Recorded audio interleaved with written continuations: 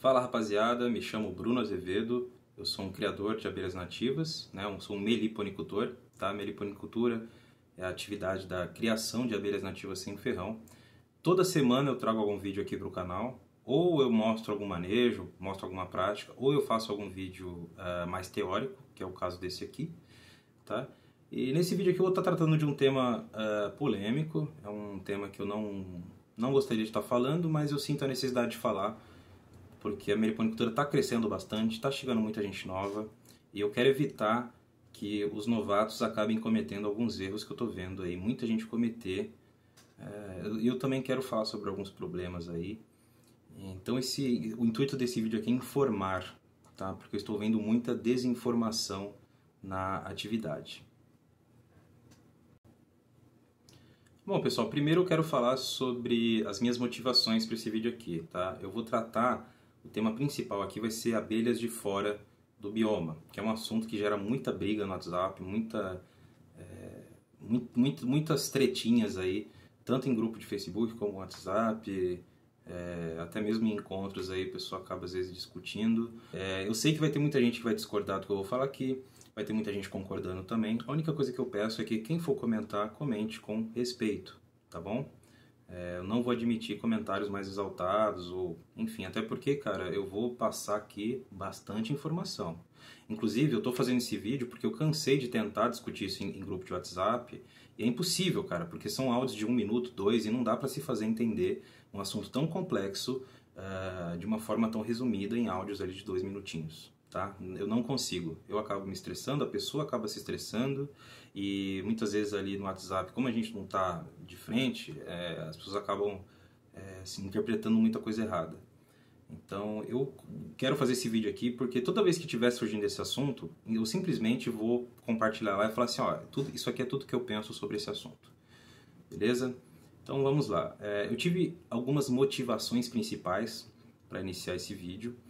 Uma delas foi que um tempo atrás aí eu estava num grupo de abelhas nativas e entrou uma mulher lá, uma iniciante, querendo adquirir a primeira colônia, e eu vi um rapaz meio que empurrando para ela uma abelha de fora, tá?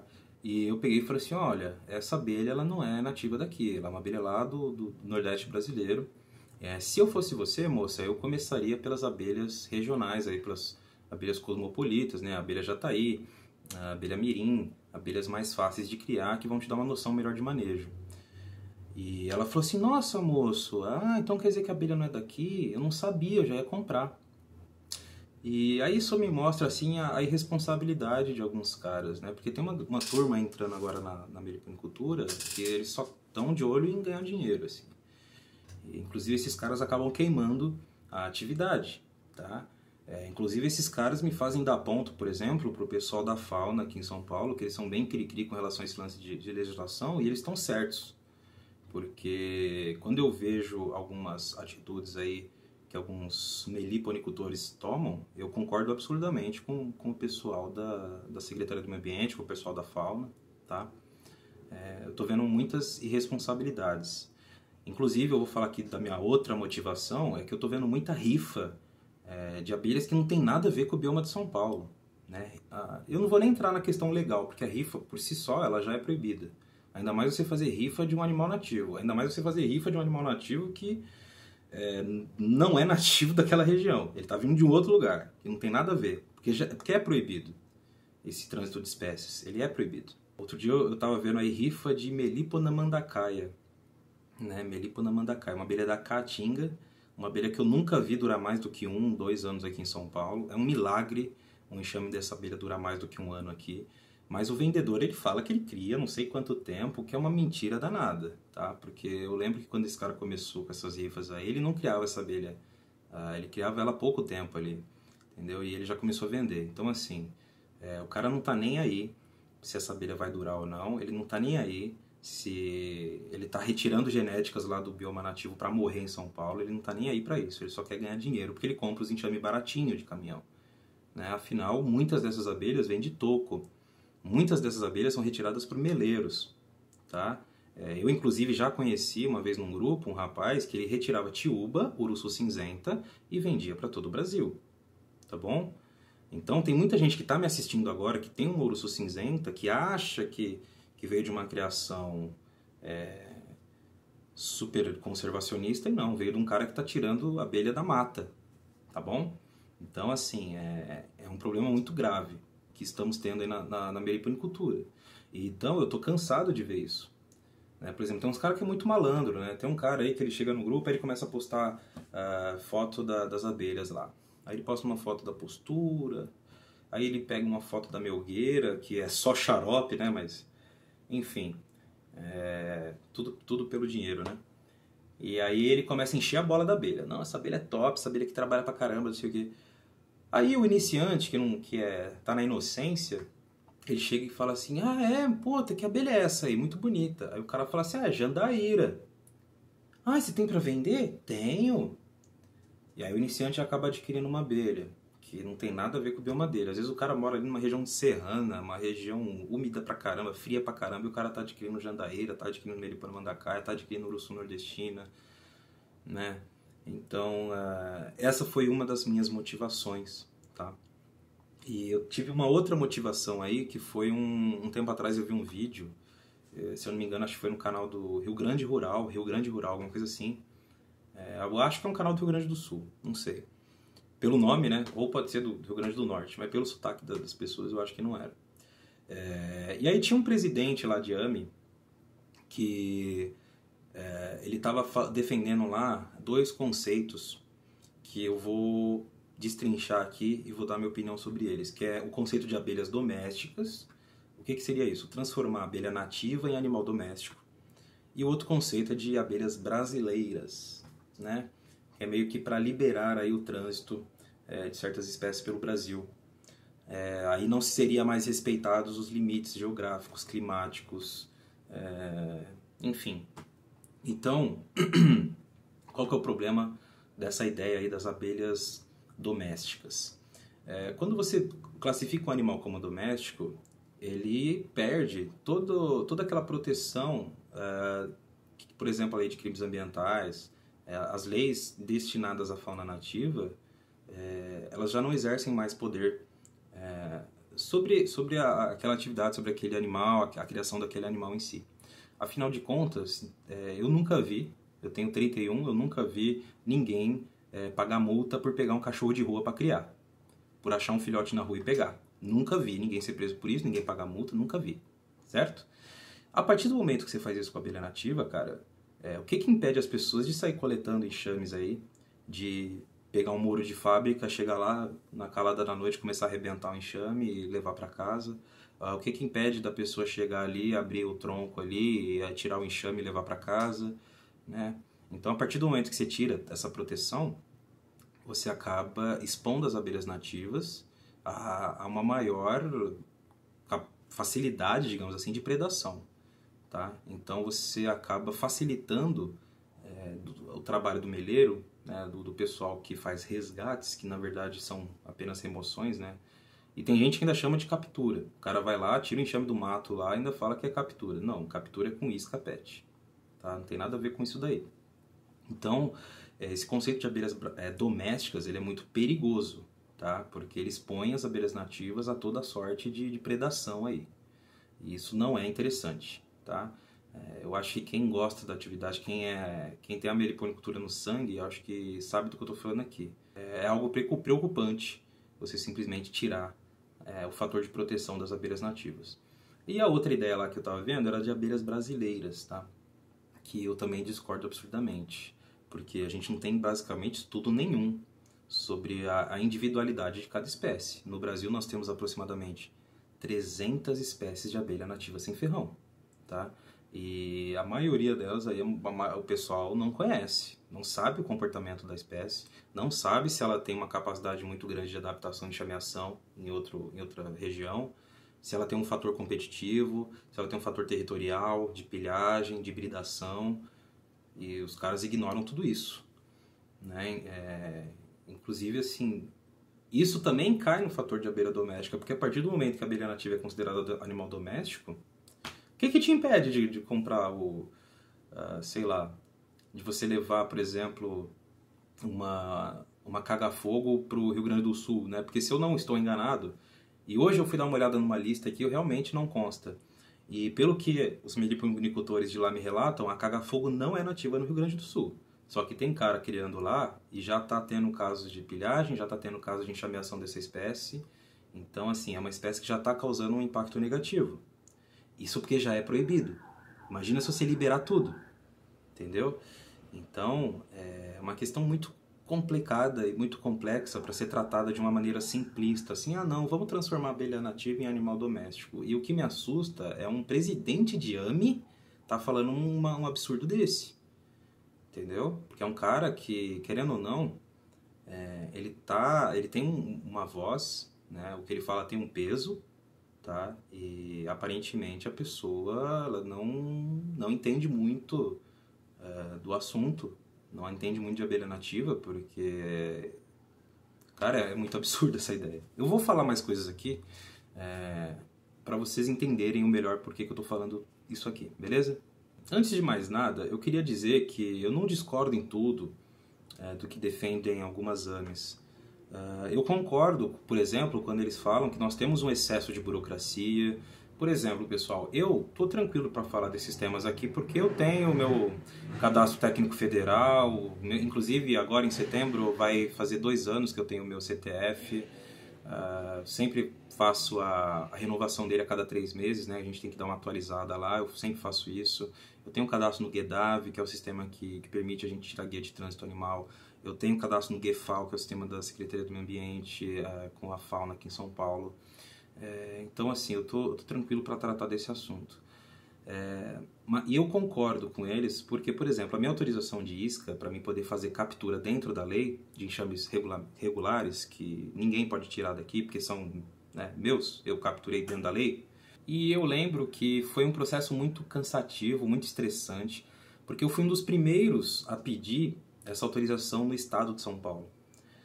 Se eu não estou enganado, as 3 primeiras pessoas, acho que fui eu, a Átila e a Carol. E na época não existia procedimento, o Estado nunca tinha feito essa autorização. Até porque a gente não tem lei estadual em São Paulo, tá? Então foi um processo longo, eu lembro que eu demorei praticamente 1 ano para tirar minha primeira autorização, porque sempre voltava o processo, às vezes eles adicionavam perguntas novas, então eu tinha que refazer. Então, foi um processo longo e cansativo e muito burocrático, assim. Você tem que falar até o conteúdo do seu atrativo, o que você vai utilizar como camada térmica, coisas que não tem por que o Estado saber, assim. Realmente, tem umas coisas lá que são meio desnecessárias. Eu concordo que existe, sim, um excesso de burocracia, mas você também não pode usar isso para você querer o extremo oposto, tipo, querer liberar geral. Isso é absurdo. Por exemplo, pessoal, tem um local aqui em São Paulo que eu tenho autorização do Estado para colocar iscas e desde que eu tirei minha autorização, eu ainda não consegui a autorização da gestão. Porque eles ainda têm dúvidas jurídicas, mesmo com toda... porque assim, na minha autorização de isca, eu não vou mostrar aqui porque tem dados meus, tem os meus locais, meus pontos de colocação. Então eu não vou expor meus dados aqui. Mas na minha autorização de isca PET, tem lá toda a base jurídica para isso. E mesmo assim o pessoal não entende, cara. Porque eles estavam achando que a minha autorização, que eu ia utilizar a minha autorização para estar retirando o material biológico deles lá. Acho que, não sei se eles pensaram que eu ia tirar orquídea ou que eu ia caçar, não sei o que eles entenderam. Mas a minha autorização era muito clara. Só que mesmo assim a gente ainda tem esses entraves, porque a abelha nativa é muito pouco conhecida, ninguém entende a legislação de abelha nativa, até porque ela é contraditória, é aberta à interpretação, a CONAMA é uma bagunça. Porque ao mesmo tempo que ela fala que você tem que ter alguns cadastros, ela fala que quem tem menos de 50 caixas não precisa ter algumas autorizações. Então a legislação em si ela é meio complexa. Tá? E aqui em São Paulo principalmente, porque a gente não tem lei estadual ainda. A gente já tem projeto de lei, mas a gente ainda não tem lei estadual. Então eu entendo realmente alguns clamores da classe, né? Porque é confuso mesmo. Enfim,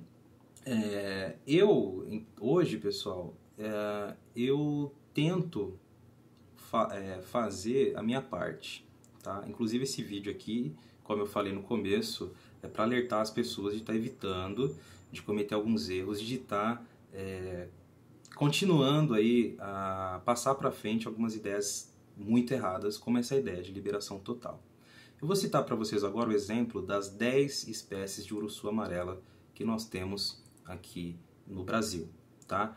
E eu vou citar as espécies, vou citar a área de ocorrência delas e depois eu vou explicar o porquê que eu estou falando sobre as 10 espécies de uruçu amarela para vocês, tá bom?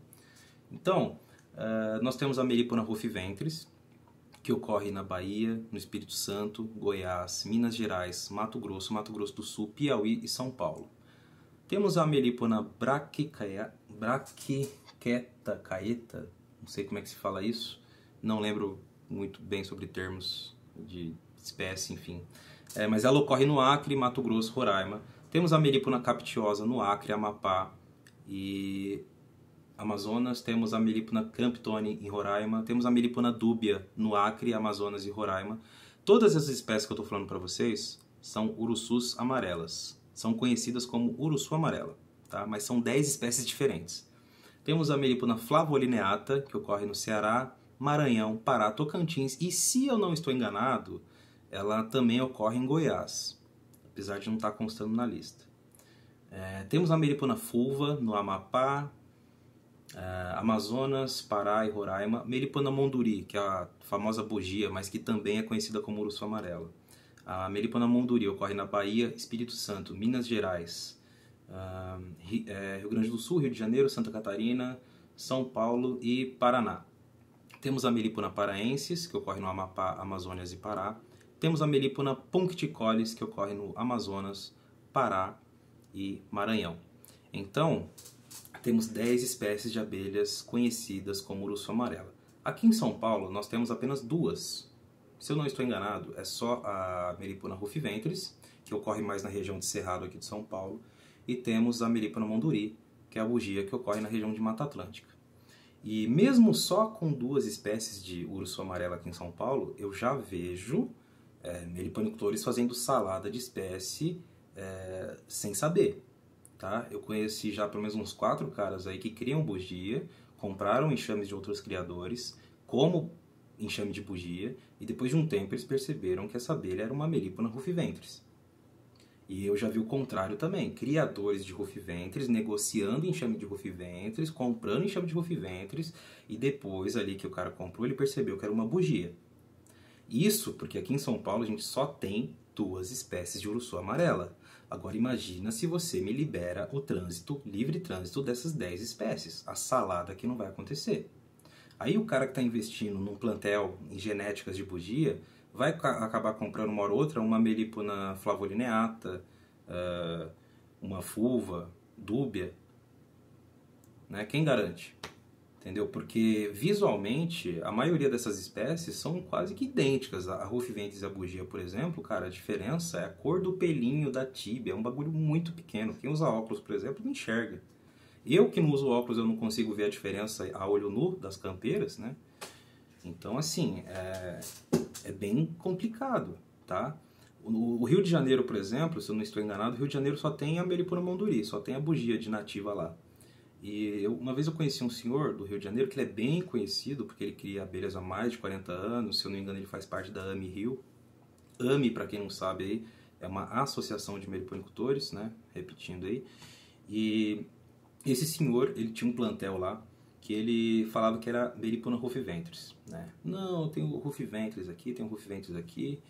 E uma vez eu estava vendo uns vídeos dele, e eu percebi que as abelhas dele eram muito populosas, eram abelhas defensivas, e a entrada delas era bem ornamentada, tá? Que é uma característica da bugia.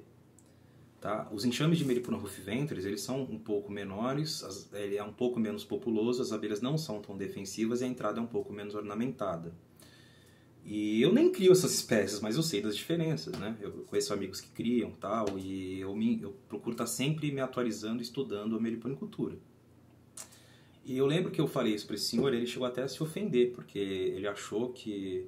eu não sei o que deu nele, mas ele pensou que eu estava querendo ensinar o grande mestre, sei lá, né? Porque alguns caras, não todos, mas alguns caras antigos de atividade, eles são meio fechados à ideia dos meliponicultores mais novos.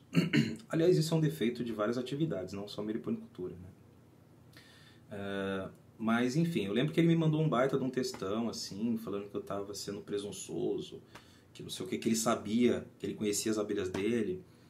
E eu ainda cheguei a falar, meu, mas será que você não está confundindo? Porque antigamente a Melipona rufiventris e a monduri, a bugia, elas eram consideradas subespécies, assim como a MQQ e a MQA. Aí ele falou, não, eu acompanhei a revisão taxonômica, realmente, bem informado, só que ele não entendia as características da abelha que ele estava criando, que era de rufiventris, mesmo com 40 anos de criação. E mesmo no Rio de Janeiro não tendo rufiventris nativa, porque ele mesmo relatou que vários enxames dele vieram, por exemplo, de áreas de desmatamento, né, que o pessoal derrubou, aí ele ia lá fazer o resgate. E eu ainda cheguei a argumentar isso com ele. Eu falei, meu, mas se você resgatou essa abelha no Rio de Janeiro, que é a área de Mata Atlântica aí, essa abelha é bugia, não tem como ser rufiventris. Não, eu tenho rufiventris. Certo dia, pegaram umas abelhas dele lá, coletaram campeiras de vários enxames, porque outras pessoas começaram também a falar a mesma coisa para ele, né? E quando muita gente fala, meu amigo, é porque pode ser que tenha um ponto de verdade, né? Enfim, fizeram análise genética. Adivinha o resultado? Deu que todas as abelhas eram Melipona monduri. Bugia não era rufiventris. Imagina quantos enxames ele não vendeu falando que era rufiventris. Isso porque no Rio só tem uma espécie de urso amarela. Mesmo com uma espécie apenas, eles já conseguem fazer confusão. Imagina liberando as 10. Imagina você permitindo que a gente traga o urso amarelo do Amazonas para cá, sendo que elas nem cruzam. Aí entra no problema que eu acho que eu já citei aí, da variedade genética. Você está investindo em genética de bugia para você começar a fazer divisão, aí você compra uma flavolineata, que não vai cruzar com a tua bugia. Então você aumenta a chance de dar um cruzamento endogâmico com sanguíneo sem nem saber. Porque você acha que você tem uma outra bugia e você não tem. Tá? Então esse é mais um fator para não ter libera geral, essa ideia de classificar como abelha doméstica e liberar. E não, abelhas brasileiras, cara, isso não existe. O Brasil é país continental, tá? Tem países aí da Europa que é do tamanho de um bairro nosso aqui. Então não tem como comparar, cara. A gente é um país continental. Temos muitos biomas diferentes. Pantanal é totalmente diferente do Cerrado, que é totalmente diferente do bioma amazônico, que é totalmente diferente da Mata Atlântica e por aí vai. Vou falar também de dois argumentos aí que eu vejo também que o pessoal da AME costuma utilizar, que, ao meu ver, são dois argumentos furadíssimos, assim, são duas falácias, né? O primeiro, eles querem justificar por exemplo, a criação, eu vejo muito isso com relação ao urso nordestina e algumas outras abelhas aí. O pessoal fala assim, mas 500 anos atrás, na época do descobrimento, não dá para saber se essa abelha existia aqui ou não. Porque o argumento deles é que os biomas já foram muito degradados e que a gente não tem como provar que essa abelha não é nativa daqui. Cara, esse argumento ele é inválido. Tá? Primeiro, porque ele parte de uma prerrogativa do ser, do pode ser que. E assim, isso pode ser utilizado para liberar qualquer coisa, em qualquer lugar, em qualquer região. Né? Quem garante que no Ceará não tinha MQQ na época do descobrimento? Tipo, não, entendeu? Não é assim que funciona a coisa, tá? Então, eles utilizam... Eu já vi as pessoas falando isso, tá? E é um argumento muito furado. Porque ele não é um argumento científico, entendeu? Ele é uma presunção, é um ser, é um achismo, né? E o ônus da prova cabe ao teísta. Se você acha que a urso nordestina era nativa aqui, você tem que provar. E não existe registro dessa abelha aqui, tá bom? Então, assim, ela não é nativa daqui. E com relação ao outro argumento que eles utilizam, é o da apis, né? Da apicultura, que comparam muito, porque falam que a apicultura é muito liberada e tal. E eu concordo que realmente a apicultura tem incentivo do Estado, diferente da meliponicultura. É uma atividade que tem muito menos burocracia. Eu vejo isso de uma maneira um pouco complexa. E eu não estou aqui querendo meter o pau na apicultura. Eu consumo produtos da apicultura, eu consumo pólen. Minhas abelhas dependem da apicultura, porque eu uso pólen na alimentação delas, eu utilizo mel. Muita gente utiliza cera, tá? Só que existe uma grande diferença aí, né, cara? Porque a apicultura, querendo ou não, ela lida com uma abelha, é um organismo sinantrópico nocivo. É uma abelha que causa acidentes, é uma abelha que, por exemplo, você não pode criar na cidade, você não pode criar perto de residência. É uma abelha meio complicada. E a abelha nativa não, é um bichinho inofensivo, ali é um bicho tranquilo, né? Então, eu acho que a abelha nativa ela deveria ser mais incentivada pelo Estado. Eu acho que a gente devia, sim, realmente ter um pouco menos de burocracia.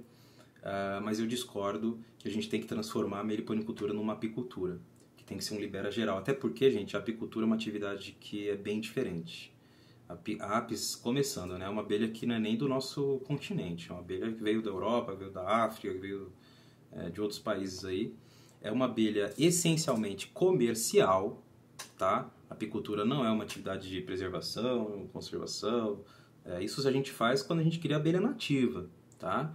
A abelha exótica, ela não é conservação, não é preservação, é uma atividade comercial, tá bom? Assim como criação de gado, assim como outras criações aí que também tem seu impacto no meio ambiente, correto? E eu não gostaria de ver a meliponicultura se transformando nisso, entendeu? Mas enfim, basicamente é um argumento que não se sustenta, porque são atividades diferentes, são abelhas que não tem nada a ver, e uma é uma atividade de uma abelha exótica até o próprio continente, a outra é relativa a abelhas do nosso bioma, que tem vários problemas aí, como eu já citei. Eu vou falar aqui agora da hibridação, tá? Hibridação o pessoal costuma focar muito em mandaçaia no assunto hibridação, mas a gente tem hibridação entre plebeias, a gente tem hibridação entre manduri, a gente tem hibridação em Scaptotrigona, a gente tem hibridação até em espécies diferentes de melípona, né? Se eu não me engano, já foi relatado aí cruza de boca de renda com pinto de velho, apesar de que elas habitam a mesma região, mas lá isso é normal, tá? Aqui não, fora de lá não. Nós temos aí, parece que já houve caso de cruzamento entre Melipona capixaba e a urso nordestina. Se eu não me engano, ela ocorre no Espírito Santo, a Melipona capixaba, e ela é uma abelha que está em grave risco de extinção devido ao desmatamento. Então você já tem uma população super reduzida dessa espécie e ela ainda está sujeita à hibridação, porque o fulano quer criar uma abelha lá do Nordeste, morando no Espírito Santo, tá? Então, novamente, o ego das pessoas está passando por cima do meio ambiente. E eu estou falando isso aqui não é para chatear as pessoas que criam abelha de fora, porque eu tenho vários amigos que criam urso nordestina, que criam tiúba, que criam boca de renda. Eu conheço várias pessoas que criam. E eu não deixo de ter minha opinião por causa disso, entendeu?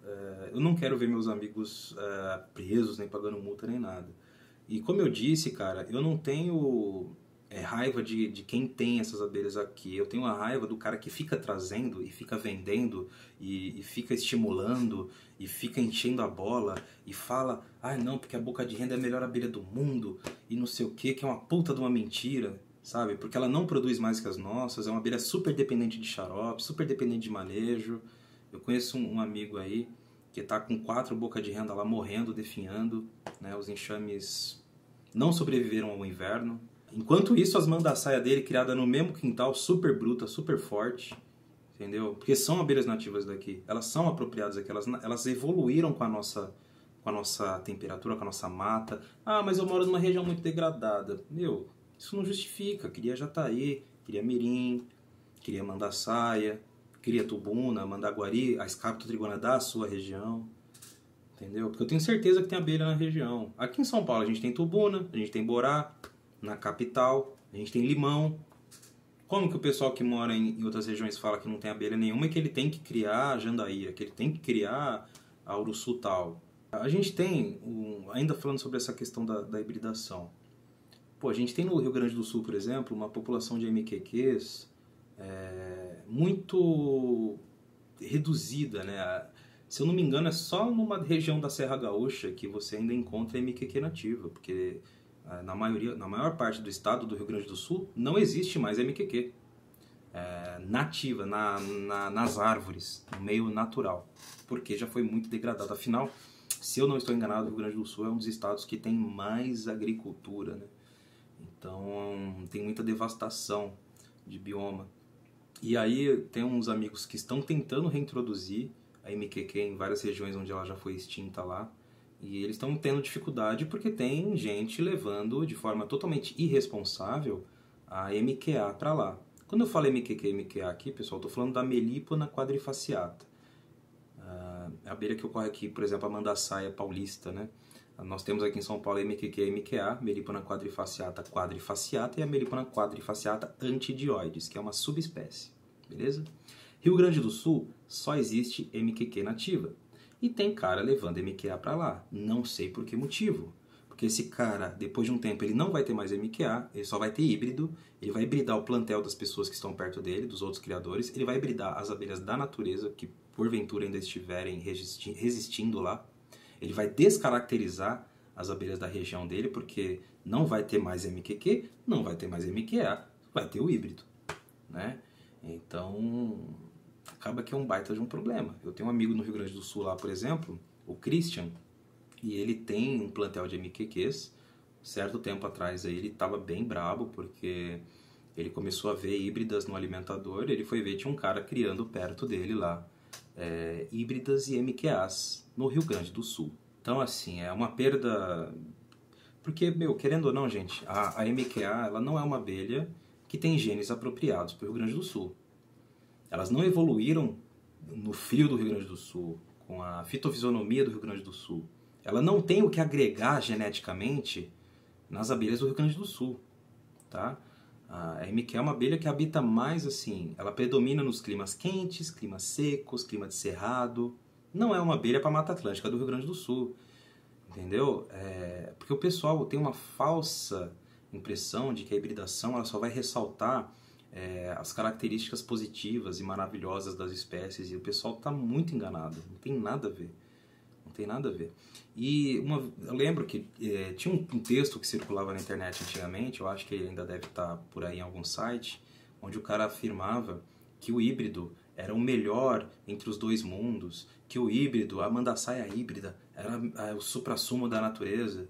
Você, sim, realmente tem híbridas muito tops, muito fortes, e você vai ter híbridas, sabe, bem média ou bem fraca, assim como as puras, cara. Eu já tive MQQs aqui, gente, de encher caixa gigante, assim, a caixa que eu pensei que a abelha ia ter dificuldade para encher, que eu ia ter problema, que eu ia ter que transferir. A abelha encheu, lotou de postura, de pote, abelha forte, troncuda. Nunca na minha vida eu vi uma híbrida como aquela MQQ. Então esse papo de que a híbrida é a melhor é conversa de vendedor. Até porque a híbrida é mais barata, ainda tem a questão da depreciação, né, porque... O cara tá com um plantel de MQQ lá, começa a hibridar, pelo menos 100 pila ele perde ali no valor dos enxames. Além da perda biológica, além da perda genética, né? Ah, Bruno, você tá metendo pau na híbrida. Não tô metendo pau na híbrida. A híbrida também é uma abelha, também tem seu espaço na natureza, mas isso aqui na zona de transição em São Paulo, tá? Aqui ocorre naturalmente o híbrido na natureza. Aqui ocorre MQQ, MQA e híbrida, dependendo da região. Aqui é natural, aqui é normal, aqui o híbrido não tem problema. No Rio Grande do Sul, sim. Na Bahia, sim. Né? Para mim é muito preocupante. Por exemplo, outro dia eu vi um meliponicultor de Alagoas me relatando que lá, basicamente, você não encontra mais MQA pura. Só tem híbrida, porque alguém levou MQQ para lá. Então, tudo isso é ignorado, tanto por esse presidente da AME, quanto por outros caras aí que ficam repetindo esse discurso. Que tem que liberar geral. Isso é muito absurdo. Essa ideia de abelhas domésticas, por exemplo. Porque tudo isso vai ser normalizado. Então a gente vai começar a ter híbrido no Ceará, a gente vai começar a ter híbrido em Minas Gerais, no Norte, a gente vai começar a ter híbrido num monte de lugar. E tá muito errado isso daí. Tá muito errado isso daí. A gente tem, por exemplo, as escaptotrigonas, elas hibridam, e além delas hibridarem, elas ainda têm características muito diferentes, né? Por exemplo, aí, vou pegar a mandaguari amarela. Mandaguari amarela é uma abelha que ela tem uma capacidade de pilhagem muito grande. Na minha opinião, a escaptotrigona campeã de pilhagem é a mandaguari amarela, tá? E quando você leva essa abelha para uma região onde ela não é nativa, por exemplo, uma região onde tem a escaptotrigona polisticta, que é a abelha benjoi ou benjoí, tanto faz. A benjoi é uma abelha mansa, inclusive ela é a única escaptotrigona mansa. Eu digo mansa porque dependendo da benjoí vai vir uma ou duas te grudar, mas assim, comparado com tubuna, com mandaguari, ela é um doce. Benjoi é muito mansa realmente, comparado com as outras escaptos. A benjoi, ela não é tão defensiva, quer dizer, ela praticamente não é defensiva, E ela não enxameia tanto quanto uma mandaguari amarela, por exemplo. A mandaguari amarela, ela é muito populosa, ela é mais forte que a Benjoy, ela é mais agressiva, entendeu? E a mandaguari amarela, por exemplo, uma vez eu vi um vídeo de um amigo meu, ele me mandou, acho que era em Juquitiba, e tinha 5 caixas de mandaçaia sendo atacadas ao mesmo tempo por mandaguari amarela. 5 caixas de mandaçaia não deram conta de uma mandaguari amarela. Tá? Eu crio Scaptotrigona, né? Eu já criei mandaguari preta, hoje eu crio tubunas, que é a Scaptotrigona predominante na capital paulista. Tá? Eu posso citar aí uns 6 bairros que tem tubuna nativa. Aqui no meu bairro tem tubunas agora porque enxamearam nas minhas caixas, mas eu conheço vários bairros de São Paulo, tanto Zona Norte, Zona Sul, Zona Leste, com tubuna em árvore. São Paulo tem abelha limão, São Paulo tem abelha burá. Tá? Para quem acha que São Paulo não tem abelha, tem sim. Enfim, aí o cara mora na região de Benjoy, monta um plantel de mandaguari amarela. O que acontece? As mandaguaris amarelas vão começar a predominar, tá? Elas vão começar a competir. Seres que habitam o mesmo nicho tendem a competir entre si. A tal da sobreposição de espécies, tá bom? Então, o que acaba acontecendo? O oco da árvore, que poderia abrigar uma mandaçaia, uma benjoy, uma bugia, a mandaguari amarela começa a ocupar. A benjoy vai, nidifica, enxameia para uma árvore, o enxame está novinho, a mandaguari amarela fala, opa, ali tem pilhagem fácil. Ela vai lá e pilha. E, entendeu? Ah, Bruno, e onde tem mandaguari amarela? Gente, onde tem mandaguari amarela vai ter equilíbrio. Vai ter outras espécies ali que vão competir com ela. A natureza dá seu jeito. Agora, quando você leva essa abelha para um lugar onde ela não ocorre, aí você gera um desequilíbrio. Certo? Ela vai pilhar a mandaçaia, ela vai pilhar a manduri, ela vai pilhar um monte de abelha, cara. E a questão, gente, vai muito além de bioma, tá? Eu vou explicar aqui o porquê. São Paulo, por exemplo, bioma Mata Atlântica. Sudeste da Bahia, região de Mata Atlântica. Fitofisionomia totalmente diferente, espécies vegetais, animais. Lá tem surucucu, aqui não tem. Lá tem urso nordestino, aqui não tem. A gente tem espécies aqui de abelhas que lá não tem e vice-versa. E se você for comparar, a nossa Mata Atlântica é super fria. É gelada, dá neblina, em determinadas épocas do ano. Lá não. Lá mesmo no inverno é calor. Eu sou baiano, morei em Itabuna, morei em Jequié, morei em Ilhéus. Lá não tem nem comparação o calor de lá com o daqui. Tá? Então, mesmo sendo o mesmo bioma, temos abelhas que não habitam nesses dois locais, São Paulo e Bahia, como eu usei como exemplo para vocês. E tem abelhas que habitam, por exemplo, a bugia, ela ocorre na Mata Atlântica Paulista e ocorre na Mata Atlântica Baiana. Urso nordestina não, outras espécies também não. Tá? Então, o certo não é nem falar abelhas de fora do bioma, e sim abelhas, acho que fora do microclima, da microrregião, alguma coisa assim, mas o próprio termo abelhas de fora do bioma, ele é abrangente demais, porque dentro de um mesmo bioma temos abelhas habitando localidades diferentes, tá? E aí, além de tudo isso que eu falei, temos também o caso da jataí acreana, tá? Tem bastante gente aí já me relatou esse fato. Parece que em Goiás tem um restaurante lá que o cara nem sequer é meliponicultor, mas em volta do restaurante lá ele tem um monte de jataí acreana pendurada. Segundo ele foi coletando nas árvores, nos galhos que caíam, de tanto que a jataí acreana já se espalhou nessa região. Tem jataí acreana na praça, tem jataí acreana em tudo que é canto, porque um cara decidiu levar pra lá, tá? E aí, cara, qual que é o problema disso? Ela ocupa o mesmo nicho das trigonas, tá? Porque ela faz ninho externo, ela faz uma capinha de cera no galho. Então ela acaba ocupando o nicho das trigonas, da guaxupé, da arapuá, até das partamonas, boca de sapo, por exemplo. Além do que, jataí é uma espécie territorialista. Então ela acaba meio que inibindo também enxameações próximas dela. Por exemplo, não é comum você ver enxames de jataí perto de outras colônias. Além do fator de competição, muito provavelmente. Enfim, o cara ele não tem noção nenhuma de impacto. Ele não sabe o que aquela abelha ia gerar na região, mesmo assim decidiu levar para lá. Isso é muito perigoso, tá? Isso é muito perigoso, por todos os motivos que eu já listei aqui nesse vídeo, certo? Porque eu tô vendo muita gente queimando o filme da meliponicultura e se aproveitando da falta de contingente que existe hoje, por exemplo, nos órgãos fiscalizadores. E a intenção hoje da fauna aqui em São Paulo, o pessoal da Secretaria do Meio Ambiente, até onde eu sei, não é fazer caça às bruxas. Tanto que várias vezes eles chamaram meliponicultores para conversar. Eu nunca fui maltratado por ninguém da Secretaria do Meio Ambiente. Por exemplo, na época que eu estava tirando minha autorização de isca, eu enchia eles de perguntas, sempre me responderam muito bem. Não tenho nada para reclamar deles. Eles não querem fazer uma caça às bruxas, sair multando o meliponicultor. Até porque não tem ainda contingente para isso. Não tem pessoal... Enfim. Então tem uns caras que abusam disso, né? Esses caras ficam fazendo rifa de melipona mandacaia que vai ser sorteada para qualquer um. O cara às vezes não sabe diferenciar jataí de mirim e vai adquirir um enxame desse. Mora numa região que não tem nada a ver com a abelha e mesmo assim o cara entrega, porque o cara não tá nem aí, só quer saber do dinheiro. Afinal, a rifa, um enxame de 200 pila que ele compra por 200, ele ganha 600 reais. Tem cara que tira R$1.000 numa rifa, que é absurdo, na minha opinião, tá? Mas enfim, sabe? Porque eles estão abusando, entendeu? Eles estão abusando e eles acabam queimando o filme, às vezes, do cara que não tem nada a ver.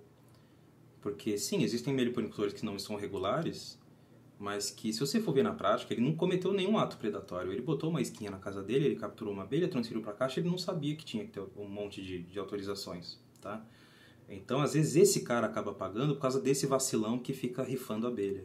Porque esse cara atrai atenção negativa, esse cara atrai a atenção do Estado, esse cara atrai a atenção da fiscalização, tá? Então, eu acho que o pessoal poderia começar a boicotar essa galera, tá? Porque esses caras só fazem isso porque tem gente que compra. Se ninguém comprasse as abelhas, se ninguém participasse dessas rifas, esses caras já tinham parado.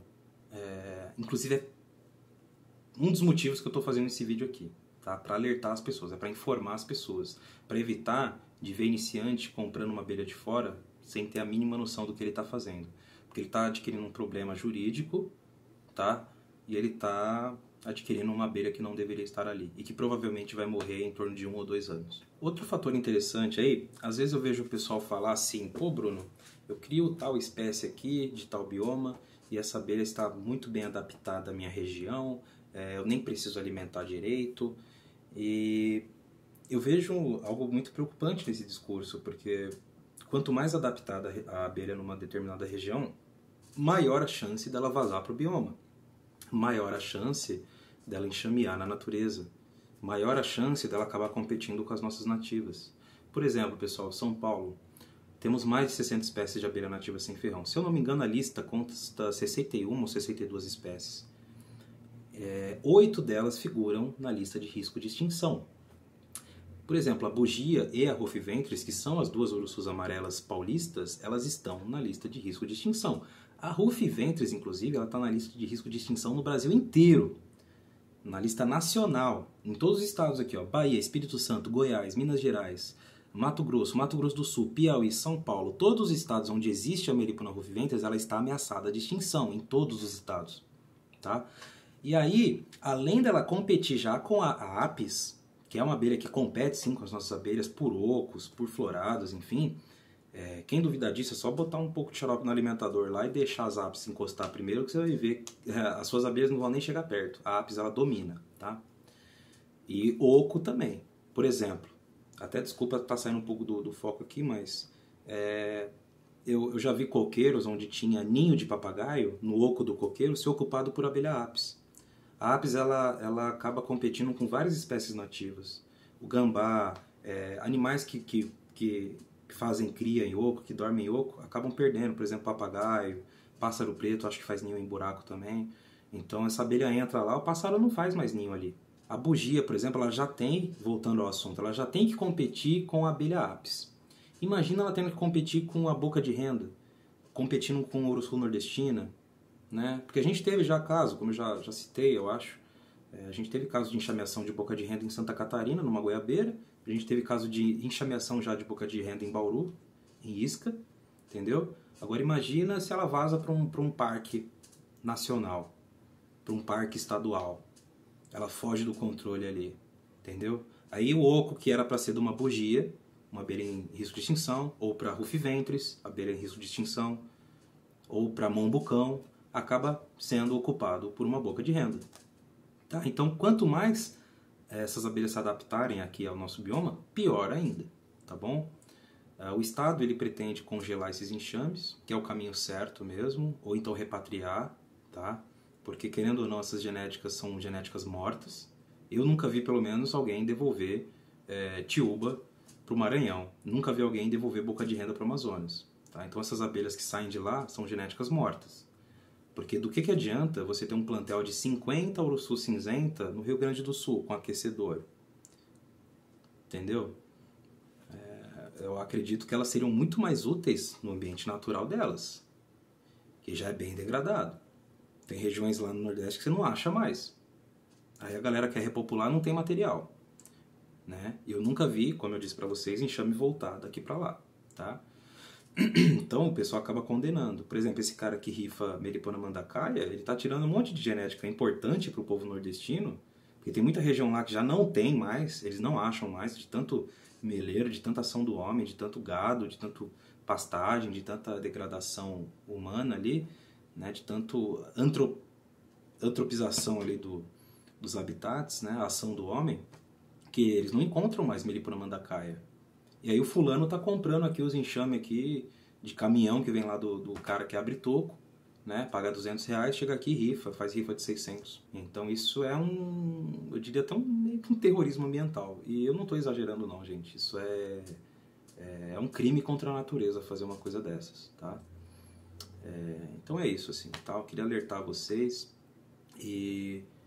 Com relação à fala desse presidente Diame aí, por todos esses motivos que eu listei aqui no vídeo, e eu boto fé que ainda faltou eu falar de algumas coisas aqui, mas como o vídeo já está dando quase 1 hora, eu vou encerrar já. Eu acho muito preocupante um cara que representa a atividade ter uma opinião absurda dessas, de que tem que facilitar tanto assim, que tem que transformar a abelha em doméstico, que tem que ter livre trânsito. Eu acho isso um absurdo, tá? Eu nem citei aqui questão de doenças, de vírus, de possíveis problemas aí, porque também é outro assunto complexo e daria muito mais tempo de vídeo. Então assim, pessoal, esse vídeo aqui não foi com o intuito de estar ofendendo ninguém, e sim de estar passando a minha opinião, beleza? De uma forma mais tranquila, até porque, como eu falei aí, acho que eu falei no começo do vídeo, para mim é muito frustrante tentar passar tudo isso aqui de informação em áudios de 1 minuto, 2 minutos no WhatsApp. Eu acabo me estressando, a pessoa que está discutindo comigo acaba me estressando também. Eu tenho um baita de um amigão aí, por exemplo, lá no litoral, que toda vez que a gente discute é por causa desse assunto, cara. Toda vez que a gente discute é por causa desse assunto. É um cara que eu gosto muito, tenho um carinho muito grande. Já visitei a casa dele, a família dele maravilhosa, a esposa dele sem palavras, assim, um casal maravilhoso, ele é um paizão. É um cara que eu gosto pra cacete, assim, só que toda vez que a gente briga, cara, é por causa desse assunto e eu não aguento mais falar disso. Então eu acho que eu consegui me expressar aqui nesse vídeo, tá? E ao presidente da AME, cara, o que me entristece é que eu sei que ele sabe de várias informações que eu passei aqui no vídeo, mesmo assim ele continua com essa ideia dele. Espero que um dia mude, né, porque... E aproveitando também para falar, não tenho nada contra o presidente da AME como pessoa, porque é um cara que eu já conheci pessoalmente, já encontrei com ele em seminários, aí, palestras, reuniões aí também, só que como representante da atividade, um dos representantes, né, porque ele não é o cara que representa, mas um dos representantes da atividade, eu acho que ele deveria rever esse discurso dele, porque eu sei que ele está atendendo aos interesses de alguns poucos ali dentro da associação, que tem muito enxame de fora, tá? E eles querem ter o poder de poder vender, de poder fazer o que eles bem quiserem. E eu sou totalmente contra essa ideia. E eu sei disso, porque eu participei de AME mais de 1 ano, entendeu? Ninguém me contou, eu vi isso acontecer. Eu vi cara vir no meu privado e falar: Bruno, eu tenho mais de 50 uruçu nordestina aqui, eu tô preocupado com a lei, entendeu? E é o mesmo cara que bota a maior pressão no presidente da AME, tá? Eu sei de muita coisa, entendeu? Então, assim... Inclusive, por que eu não participo de AME, né? Eu vou até dar um bônus aqui para vocês.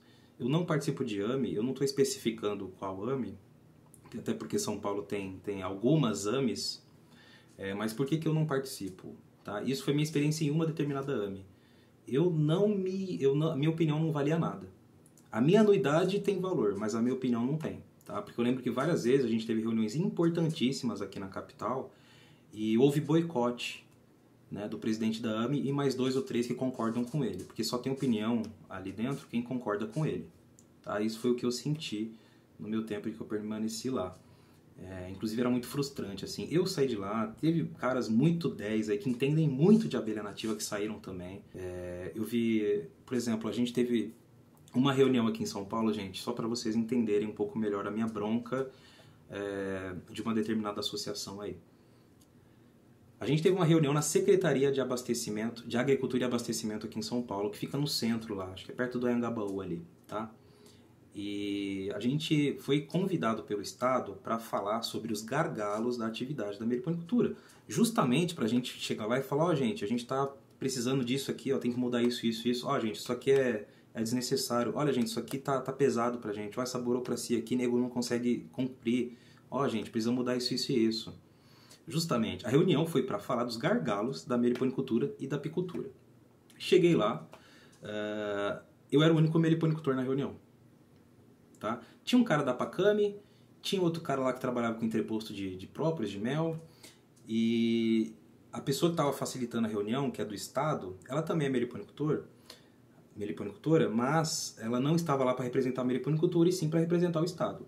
Como representante da meliponicultura, só tinha eu, representando a meliponicultura do Estado inteiro, tá? E em São Paulo a gente tem aproximadamente 10 mil meliponicultores, né? Se eu não me engano, aí pelo censo acho que do Celso Barbieri lá do SOS, a gente tem uns 10 mil meliponicultores em São Paulo, só no estado de São Paulo. E eu era o único naquela reunião, tá? A associação não foi, não mandou ninguém ir. Aí depois teve gente da associação que veio me pedir foto da reunião, veio me pedir o teor da reunião. E não foi só uma vez que aconteceu isso. A gente teve uma vez também que o Estado delegou facilitadores para diversas regiões de São Paulo. Teve muita gente que nem soube disso. Porque a instrução, nas entrelinhas, porque assim, outra coisa que me chateava na associação é que os caras falavam muita coisa no privado. No grupo mesmo da associação, eles só falavam o que convinha, entendeu? Mas, enfim, cara, era muita chateação. Eu me sentia muito frustrado ali dentro. Porque mesmo com argumentos contundentes, o pessoal não entendia que estava errado. E não entende até hoje, né? Porque continua repetindo essas mesmas falácias aí. Mas, enfim, esses facilitadores, eles também tinham a missão de juntar os relatos de meliponicultores, as dificuldades burocráticas e tal, para levar para o Estado. O posicionamento dos caras lá foi que não, vamos boicotar também. Quem não é visto não é lembrado, né? Eu acho assim, se a pessoa ela é representante, ela tem que representar, ela tem que estar em todas as reuniões, não é na que ela quer. E outro, cara é bancado para isso, tem a anuidade dos membros.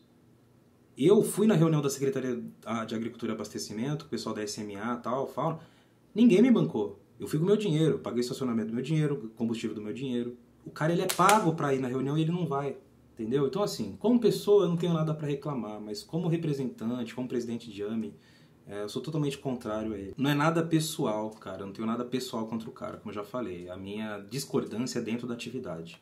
Dentro da meliponicultura, eu sou totalmente contrário às ideias dele, às ideias da AME que ele propaga lá dentro. Infelizmente, a AME já tem o cabresto de seguir o que eles querem. Não adianta a argumentação, não adianta você chegar lá e falar ao contrário. Não adianta, tá? Por isso que eu saí, por isso que eu não participo mais de nenhuma associação, inclusive. E é isso aí, beleza, pessoal? Então, um abraço a todos, um beijo e até o próximo vídeo. Deixa o like aí, porque deu trabalho para fazer esse vídeo. É a 4ª vez que eu tô gravando esse vídeo, porque das outras 3 ele deu mais de 1 hora, deu maior trabalho aí pra mim. E é isso, beleza? Então, eu gastei um bom tempo aqui, tá?